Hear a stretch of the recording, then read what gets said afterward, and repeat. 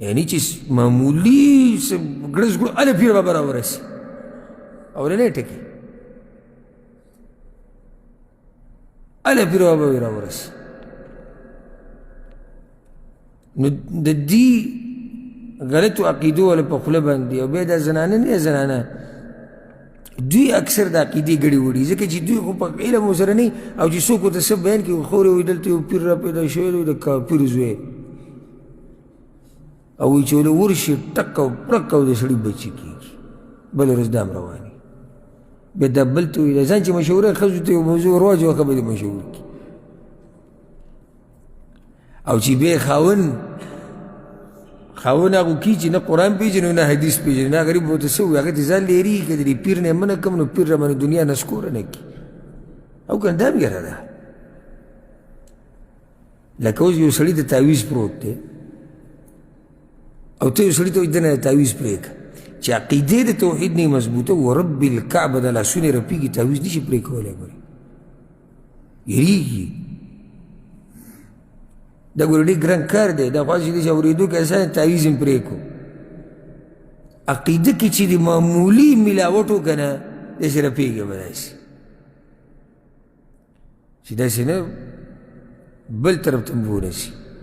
تباه هم نه کړي او ختم هم نه کړي نو دا زنانه چې په دوی کې به دا قیسې ډېرې په نسبت د سړو هله لوی ځوان راورسي او هغې لپاره بیا قیسې جوړې کړي او پلانې بزرګ ناست و एकदम غیب شو بیا لاړو بیا راغی بلکې د بعضو قیسې ذکر کړي د کتابونو کې د شیخ عبدالقادر جیلاني رحمه الله بارک او دې ته دوی غوث پاک وي والعیاذ بالله غوث پاک یا غوث اعظم دا خو الله مرسته کوونکی دی نو هغه له چېرته شاګردانو چاپي کوله یا مریدان نو چې وکتو د هغه په دې ولي کې یو نښه پرته وه هغه ورته وایي چې دا څه شي هغه حل نه وي دا څه شي هغه حل بیا هغه وایي چې دا یو ځای کې کښتۍ نښتې وه نو ما ته را مدد شوي نو زه هغې نه ورغلم نو کښتۍ له مې اوږه ورکړې وه نو هغه نښه پاتې شو پیر بابا وایي یو ورځ ناست و د لستوڼې د شملو په دې کړۍ باندې وسخا شوی و نو یا مریدان ورته وایي چې دا وایي چې دا د زنانه نه د کړۍ ته څه شی به ولیدلی هغې ویلي پیر بابا را مدد چې دی ورغلی لستوڼی به یې وسخا کړی دا قصې چې دي هله را مدد شي لکه زمونږ د کلي سره خوا کې یو کلی د هغې یو کس کیسه کوله خپله د هغه سره د شخصي کیسه راغلی وی زمونږ هغه پیسکوری چې دی یا ورغوی مې ورته بعض خلک وایي هغه چېرته په دې دغه کې سر ونښتو منګي کې وی منګي کې سر نښته وایي چې ورپاسېدم وي زما هغه مور وایي چې پیر بابا راورسي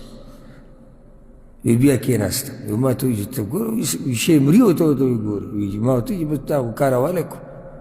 زه څه وکړم اوس صبر ورته کوو چې راشي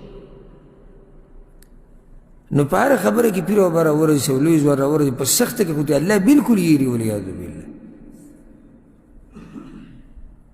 الله ته یېري بیا دقه خبرې دي چې صرف پلانې در والا پلانې درګاه والا نو الله دې رحم وکړي زموږ په حال باندې خو پخواني مشرکان غوره وو د وثنو نه په دې کې چې هغوی به په سخته کې صرف الله ربلو په راحته کې به شرک کو زمونږ د زمانې د په راحت او په سخته کې شرک کوي بلکې په سخته کې شرک ښه ډېر شي په سخته کې وله زور ډېر ورکړي داسې داسې خبرې کوي که نه والعیاذ بالله موږ سره کتابونه پراته دي یعنې هغه یو لیکلي دي دقه پیرۍ مریدۍ او تصوف والا د جنید بغدادي قصې ذکر کړې ده وایي چې یو ورځ یو کس وي دریاب کې ډوبېدو نو هغه یا جنید یا جنید وویل لکه اواز یې وکړو نو دی پسې ورسېدو او د هغه ډوبېدو نه بچ کړو وی بیا بله ورځې یا الله یا الله ووی نو یې چا بچ نه کړو نو بیا ډېر وخت بعد چې کله ملاقات وشو د جنید صاحب سره چې یو پر تا زه بچ کړم بل پر تا موږ یاد نه کړو هغه تا وی الله ته چغې والي دا قسمه خبرې دا خلک به د امت څه عقیده جوړه کړي